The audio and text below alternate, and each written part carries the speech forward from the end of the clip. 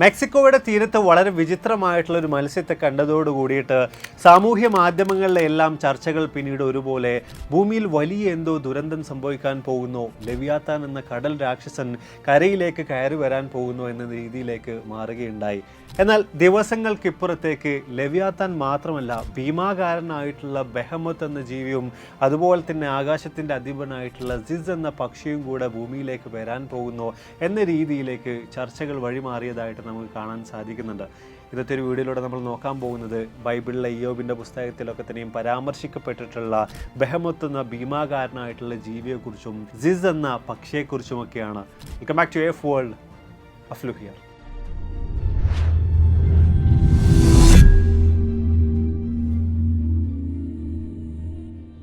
ഈ വീഡിയോ പൂർണ്ണമായിട്ടും നിങ്ങൾക്കൊരു ഫാൻറ്റസി സ്റ്റോറി കേൾക്കുന്നത് പോലെ എടുക്കാൻ സാധിക്കും. കാരണം നമ്മൾ ഈ ഒരു വീഡിയോയിലൂടെ പരാമർശിക്കാൻ പോകുന്നത് ചില മിത്തോളജികളുള്ള, പ്രത്യേകിച്ച് നമ്മൾ നോക്കുമ്പോൾ ബൈബിളിലൊക്കെ തന്നെയും പരാമർശിക്കപ്പെട്ടിട്ടുള്ള, അതുപോലെ തന്നെ ജൂയിഷ് മിത്തോളജികളിലൊക്കെ തന്നെയും നമുക്ക് കാണാൻ സാധിക്കുന്ന ചില ഭീമാകാരന്മാരായിട്ടുള്ള വലിയ സൈസ് വരുന്ന ചില ക്രീച്ചേഴ്സിനെ കുറിച്ചാണ്, ചില ജീവികളെ കുറിച്ചാണ്. നിലവിലിപ്പോൾ ഈ സംഭവിച്ചുകൊണ്ടിരിക്കുന്ന കാര്യങ്ങളെക്കുറിച്ചൊന്നും തന്നെ യാതൊരുവിധ ഐഡിയയും ഇല്ലാത്ത ആളുകൾക്ക്, പുതുതായിട്ട് ഈ വിഷയത്തിലേക്ക് വന്ന ആളുകൾക്ക് വേണ്ടി സംഭവിച്ചുകൊണ്ടിരിക്കുന്ന വിഷയത്തെക്കുറിച്ച് വളരെ ചുരുക്കി ഞാനെന്ന് പറയാം. മെക്സിക്കോയുടെ തീരത്ത് വളരെ വിചിത്രമായിട്ടുള്ള ഒരു മത്സ്യത്തെ കാണുകയുണ്ടായി. ആളുകൾ അതിനെ ഡൂംസ് ഡേ ഫിഷ് എന്നൊക്കെ വിളിച്ചു. എന്നാൽ അത് ഓർ ഫിഷ് എന്ന് പറയുന്ന മത്സ്യമാണ്. സമുദ്രത്തിൻ്റെ ഏറെക്കുറെ 3000 മീറ്ററുകൾക്കൊക്കെ താഴ്ഭാഗത്തൊക്കെയാണ് ഇതിനെ കണ്ടുവരുന്നത്. മാത്രമല്ല ഇതോടൊപ്പം തന്നെ വ്യത്യസ്ത തരത്തിലുള്ള വിചിത്രമായിട്ടുള്ള പല കടൽ ജീവികളും തീരത്തേക്ക് അടിഞ്ഞിട്ടുള്ളതായിട്ടൊക്കെ കഴിഞ്ഞ കുറച്ച് നാളുകളായിട്ട് നമുക്ക് കാണാൻ സാധിക്കുന്നുണ്ട്. മാത്രമല്ല ജപ്പാനിലെ ആളുകൾ വിശ്വസിക്കുന്നത് ഈ ഓർ ഫിഷുകൾ കരയിലേക്ക് അടിയുമ്പോൾ വലിയൊരു ദുരന്തത്തെ സൂചിപ്പിക്കുന്നതാണ്, വലിയൊരു ദുരന്തം വരാൻ പോകുന്നു എന്നതാണ് അതുകൊണ്ട് അർത്ഥമാക്കപ്പെടുന്നത് എന്ന രീതിയിലൊക്കെയാണ്. വിശദമായ രീതിയിൽ നമ്മൾ മുമ്പ് ഒരു വീഡിയോ ചെയ്തിട്ടുണ്ടായിരുന്നു. ആ വീഡിയോയിലെ കാര്യങ്ങളെക്കുറിച്ചും ഇതിൻ്റെ കൃത്യമായിട്ടുള്ള ചരിത്രത്തെക്കുറിച്ചും അതിൻ്റെ പുറകിൽ ആളുകൾ വിശ്വസിച്ചുകൊണ്ടിരിക്കുന്ന കാര്യങ്ങളെക്കുറിച്ചും ഒക്കെ തന്നെ നമ്മൾ സംസാരിച്ചിട്ടുണ്ടായിരുന്നു. നിങ്ങൾക്ക് കൂടുതലായിട്ട് അറിയണമെങ്കിൽ ആ വീഡിയോ ജസ്റ്റ് എടുത്ത് കണ്ടാൽ മതി. അപ്പോൾ ഇതുപോലെ തന്നെ ഈ ഓർവിഷുമായിട്ട് ആളുകൾ വലിയ തോതിൽ തന്നെ ലെവിയാത്താൻ എന്ന കടലിൽ ജീവിച്ചുകൊണ്ടിരിക്കുന്ന ഭീമാകാരനായിട്ടുള്ള രാക്ഷസനുമായിട്ട് ചേർത്ത് പറയുകയുണ്ടായി. കടലിൽ ജീവിച്ചുകൊണ്ടിരിക്കുന്ന അല്ലെങ്കിൽ കടലിൻ്റെ അധിപൻ എന്ന പേരിൽ പോലും നമുക്ക് വിശേഷിപ്പിക്കാവുന്ന അവസാന നാളുകൾ കരയിലേക്ക് കയറി വരികയും പിന്നീട് വ്യത്യസ്ത തരത്തിലുള്ള പ്രശ്നങ്ങൾ സൃഷ്ടിക്കുകയൊക്കെ ചെയ്യുന്ന രീതിയിലുള്ള ഒരു ജീവിയാണ്, ഒരു വലിയ രാക്ഷസ ജീവിയാണ് ഈ ലെവിയാത്താൻ എന്ന് പറയുന്നത്. ഇവിടെ വിശദമായിട്ടുള്ള രീതിയിൽ നമ്മൾ പരിശോധിച്ച് നോക്കുമ്പോൾ ഈ അവസാന കാലഘട്ടത്തിൽ ഭൂമിയിലേക്ക് ലെവിയാത്താൻ മാത്രമല്ല കയറി വരുന്നത്, അതോടൊപ്പം തന്നെ 2 സുപ്രധാനമായിട്ടുള്ള ജീവികൾ കൂടെ, രാക്ഷസ ജീവികൾ കൂടെ ഭൂമിയിലേക്ക് അല്ലെങ്കിൽ ഭൂമിയുടെ ഉപരിതലത്തിലേക്ക് വരികയും വ്യത്യസ്ത തരത്തിലുള്ള പ്രശ്നങ്ങൾ അവിടെ അരങ്ങേറുകയും ചെയ്യുന്ന രീതിയിൽ നമുക്ക് കാണാൻ സാധിക്കുന്നുണ്ട്. ഒന്നാമതായിട്ട് നമ്മൾ കടലിൻ്റെ അധിപനായിട്ടുള്ള ഈ ഒരു ലെവിയാത്താനെ കുറിച്ച് പരാമർശിച്ചെങ്കിൽ, രണ്ടാമതായിട്ട് വരുന്നത് കരയുടെ അധിപനായിട്ടുള്ള ബെഹമത്ത് എന്ന് പറയുന്ന ഭീമാകാരനായിട്ടുള്ള ജീവിയാണ്. അതുപോലെ തന്നെ മൂന്നാമതായിട്ട് വരുന്നത് ആകാശത്തിൻ്റെയും പക്ഷികളുടെയും ഒക്കെ അധിപനായിട്ടുള്ള, പക്ഷികളുടെയൊക്കെ തന്നെയും രാജാവ് എന്നോണം നിർമ്മിക്കപ്പെട്ടിട്ടുള്ള സിസ് എന്ന് പറയുന്ന പക്ഷിയാണ്.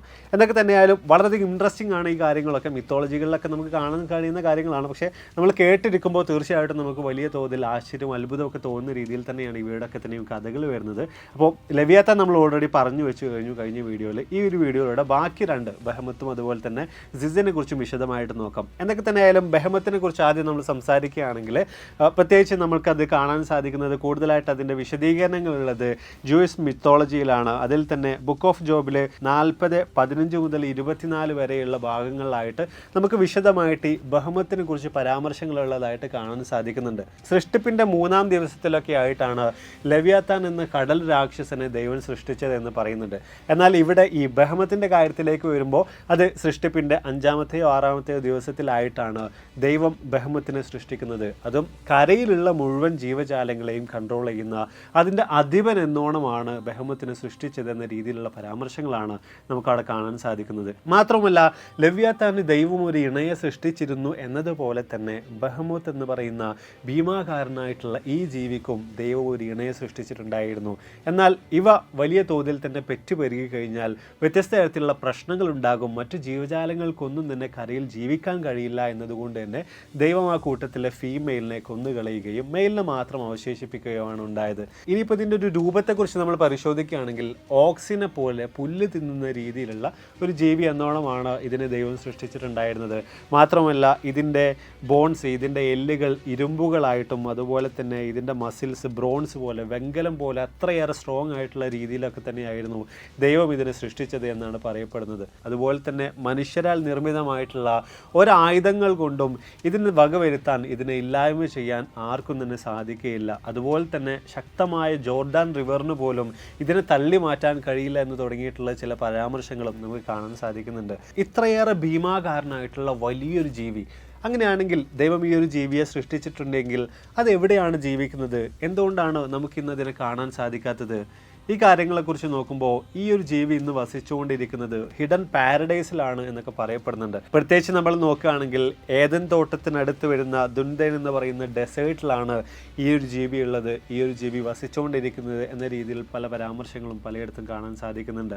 മാത്രമല്ല ചില ആളുകൾ അഭിപ്രായപ്പെടുന്നത് ഭൂമിയുടെ അടിഭാഗത്തായിട്ട് കരപ്രദേശത്തായിട്ടാണ് ഈ ഒരു ബെഹമത്ത് എന്ന് പറയുന്ന ഭീമാകാരനായിട്ടുള്ള ജീവി ഇന്ന് വസിച്ചുകൊണ്ടിരിക്കുന്നത് എന്ന രീതിയിലാണ്. അതായത് ഒരു രീതിയിൽ നമ്മൾ നോക്കുകയാണെങ്കിൽ കരയിലേക്ക് വേണ്ടി ദൈവം സൃഷ്ടിച്ചതിൽ വെച്ച് ഏറ്റവും പവർഫുൾ ആയിട്ടുള്ള, ആരാലും വകവരുത്താൻ കഴിയാത്ത, ഏറ്റവും വലുപ്പമുള്ള മാസീവ് ആയിട്ടുള്ള ഒരു ജീവി തന്നെയാണ് ഈ ബെഹമത്ത് എന്ന് പറയുന്നത്. അപ്പോൾ ഇത്തരത്തിൽ വലിയൊരു ജീവി പോലും ദൈവത്തിൻ്റെ കൺട്രോളിലാണ് എന്ന് കാണിക്കുന്നതിന് വേണ്ടി, അല്ലെങ്കിൽ ദൈവത്തിൻ്റെ ആ ഒരു ശക്തിയും കൺട്രോളിങ് പവറും എല്ലാം തന്നെ കാണിക്കുന്നതിന് വേണ്ടിയിട്ടാണ് ഇത്തരത്തിൽ വലിയൊരു ജീവിയെ സൃഷ്ടിച്ചത് എന്ന രീതിയിലൊക്കെ പറയപ്പെടുന്നു. ലവ്യാത്താനെ പോലെ തന്നെ എൻഡ് ഓഫ് ടൈമിൽ, അതായത് ലോകത്തിൻ്റെ ഏറ്റവും അവസാന നാളുകളിലായിട്ട് ബഹുമത്തും പുറം ലോകത്തേക്ക് വരികയും ഭൂമിയുടെ ഉപരിതലത്തേക്ക് വരികയും കരയുടെ അധിപനായിട്ടുള്ള ഈ ബഹമത്ത് എന്ന് പറയുന്ന ഭീമാകാരനായിട്ടുള്ള ഈ ഒരു ജീവിയും കടലിൻ്റെ അധിപനായിട്ടുള്ള ലവ്യാത്താൻ എന്ന് പറയുന്ന കടൽ രാക്ഷസനും പരസ്പരം ഏറ്റുമുട്ടുകയും അതിനടിസ്ഥാനത്തിൽ ഭൂമിയിൽ വ്യത്യസ്ത തരത്തിലുള്ള ഒരുപാട് തരത്തിലുള്ള പ്രശ്നങ്ങൾ ഉടലെടുക്കുകയും അരങ്ങേറുകയൊക്കെ ചെയ്യുന്നതായിരിക്കും. ഈ ഒരു അവസരത്തിൽ മുമ്പേ നമ്മൾ ലവ്യാത്താൻ്റെ കഥയിൽ പറഞ്ഞതുപോലെ തന്നെ ദൈവം അവതരിക്കുകയും ലവ്യാത്താനെയും അതുപോലെ തന്നെ ബഹമത്ത് എന്ന് പറയുന്ന ഈ ഭീമാകാരനായിട്ടുള്ള ജീവിയും ഒരുപോലെ തന്നെ കളയുന്നതായിരിക്കും. ഈ ഒരു സമയമൊക്കെ ആകുമ്പോഴേക്ക് ഭൂമിയിൽ നല്ലവരായിട്ടുള്ള ഒരു പറ്റം ആളുകൾ മാത്രമായിരിക്കും അവശേഷിക്കുക. ബാക്കിയുള്ള മുഴുവൻ ആളുകളും ഇതിനോടകം തന്നെ നാമാവശേഷമായി പോയിട്ടുണ്ടായിരിക്കും. ഈ നല്ലവരായിട്ടുള്ള ആളുകൾക്ക് ദൈവം ഒരു വിരുന്നൊരുക്കുന്നതിനെ കുറിച്ചൊക്കെ കഴിഞ്ഞ വീഡിയോയിൽ നമ്മൾ സംസാരിച്ചിട്ടുണ്ടായിരുന്നു. ആ ഒരു വിരുന്നിൽ ലവ്യാത്താൻ്റെ മാംസം പോലെ തന്നെ ഈ ബഹമത്ത് എന്ന് പറയുന്ന ഈ ജീവിയുടെ മാംസവും സെർവ് ചെയ്യപ്പെടുന്ന രീതിയിലൊക്കെ തന്നെയാണ് ജൂയിഷ് മിത്തോളജി പരിശോധിക്കുന്ന അവസരത്തിൽ ബഹമത്തുമായി ബന്ധപ്പെട്ടുള്ള വ്യത്യസ്ത തരത്തിലുള്ള കാര്യങ്ങൾ നമുക്ക് കാണാൻ സാധിക്കുന്നത്. ഇനി സിസ് എന്ന് പറയുന്ന ആകാശത്തിൻ്റെ അധിപൻ എന്ന രീതിയിൽ ദൈവം സൃഷ്ടിച്ചിട്ടുള്ള ആ വലിയ ഭീമാകാരനായിട്ടുള്ള പക്ഷിയെക്കുറിച്ചുള്ള കാര്യങ്ങൾ നോക്കാം. ഇതിനെയും സൃഷ്ടിപ്പിൻ്റെ 5-ാമത്തെയോ 6-ാമത്തെ ദിവസങ്ങളിലായിട്ടാണ് ദൈവം സൃഷ്ടിക്കുന്നത്. ഇവിടെയും ഈ സൃഷ്ടിപ്പിൻ്റെ ദിനത്തെക്കുറിച്ചുള്ള ചില പരാമർശങ്ങളിലെ വ്യത്യാസങ്ങൾ, പല ഡാറ്റകളും നമുക്ക് കാണാൻ സാധിക്കുന്നുണ്ട്. അതുകൊണ്ടാണ് 5-ാമത്തെയോ 6-ാമത്തെയോ ദിവസങ്ങൾ എന്ന രീതിയിൽ നമ്മളത് വിശേഷിപ്പിച്ചുള്ളത്. എന്തൊക്കെ തന്നെയായാലും ഇനി ഈ ഒരു സൃഷ്ടിച്ചിട്ടുള്ള ഈ പക്ഷിയുടെ സവിശേഷതകളെക്കുറിച്ച് പരിശോധിച്ച് നോക്കുകയാണെങ്കിൽ അതിൻ്റെ ചിറക് കൊണ്ട് സൂര്യനെ പൂർണ്ണമായിട്ടും കവർ ചെയ്യാൻ സാധിക്കും. അത്രത്തോളം വലുതാണ്. മാത്രമല്ല അത് പൂർണ്ണമായിട്ടും ചിറക് വിരിച്ചു കഴിഞ്ഞാൽ ആകാശത്തിനെ പൂർണ്ണമായിട്ടും ആ ചിറക് കൊണ്ട് കവർ ചെയ്യാൻ സാധിക്കും. സൂര്യപ്രകാശമൊന്നും ഭൂമിയിലേക്ക് എത്താത്ത രീതിയിലേക്ക് പൂർണ്ണമായും ആകാശത്തെ കവർ ചെയ്യാൻ മാത്രം വലുതാണ് ആ ഒരു പക്ഷി, അല്ലെങ്കിൽ അതിൻ്റെ ചിറകുകൾ എന്ന രീതിയിലാണ് അതിൻ്റെ വലുപ്പം വരുന്നത്. മാത്രമല്ല ഒരൊറ്റ നോട്ടത്തിൽ തന്നെ അതിന് ഭൂമിയെ പൂർണ്ണമായിട്ടും കാണാൻ സാധിക്കും. അപ്പോൾ ഏറെക്കുറെ അതിൻ്റെ വലുപ്പം എത്രത്തോളമാണ് എന്ന കാര്യത്തെക്കുറിച്ച് ഈ ഉദാഹരണങ്ങൾ കേൾക്കുമ്പോൾ തന്നെ നമുക്ക് ഊഹിക്കാനായിട്ട് മനസ്സിലാക്കാനായിട്ട് സാധിക്കുന്നതാണ്. മാത്രമല്ല ഫിനിക്സ് എന്ന് പറയുന്ന പക്ഷിയുമായിട്ട് പലതരത്തിലും ഇതിൻ്റെ കഥയും ബന്ധപ്പെട്ട് കിടക്കുന്നതായിട്ടും നമുക്ക് കാണാൻ സാധിക്കുന്നുണ്ട്. അതുപോലെ തന്നെ നമ്മൾ പരിശോധിക്കുകയാണെങ്കിൽ തൽമുദ് എന്ന യഹൂദരുടെ പ്രശസ്തമായിട്ടുള്ള ഗ്രന്ഥത്തിൽ ഇതുമായി ബന്ധപ്പെട്ടുള്ള ഒരു ചെറിയൊരു കഥയുണ്ട്. ഒരിക്കൽ ഭീമാകാരനായിട്ടുള്ള വലിയൊരു പക്ഷി സമുദ്രത്തിൻ്റെ ഏറ്റവും ആഴമേറിയിട്ടുള്ള ഭാഗത്ത് വന്ന് നിൽക്കുകയാണ്. എന്നാൽ ഇങ്ങനെ സമുദ്രത്തിൽ കാലുകുത്തി ഈ ഒരു പക്ഷി നിൽക്കുമ്പോൾ പോലും സമുദ്രത്തിലെ ജലം ആ ഒരു പക്ഷിയുടെ ആംഗിളുടെ ഞെരിയാണിയുടെ കാൽപാദത്തിൻ്റെ അത്ര മാത്രമേ എത്തിയിട്ടുണ്ടായിരുന്നുള്ളൂ. മാത്രമല്ല ആ ഒരു പക്ഷി പൂർണ്ണമായിട്ടും അതിൻ്റെ ചിറകുകൾ വിരിച്ചപ്പോൾ ലോകം പൂർണ്ണമായും ഇരുട്ടിലാവുകയും ചെയ്തു.